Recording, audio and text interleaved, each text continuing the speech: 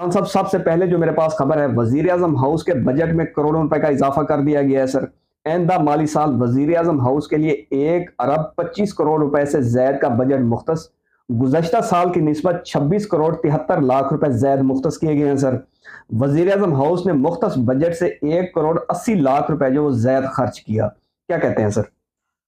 Sir देखिए, ये तो होना था क्योंकि मैं ये समझता हूँ कि जब आपके वज़ीर-ए-आज़म हाउस के एक्सपेंडिचर्स इतने ज़्यादा बढ़ जाएँगे, ठीक है? तो आपकी तनख्वाहों में या जो है वो जो 5% जो इन लोगों ने बढ़ाया है, ठीक है?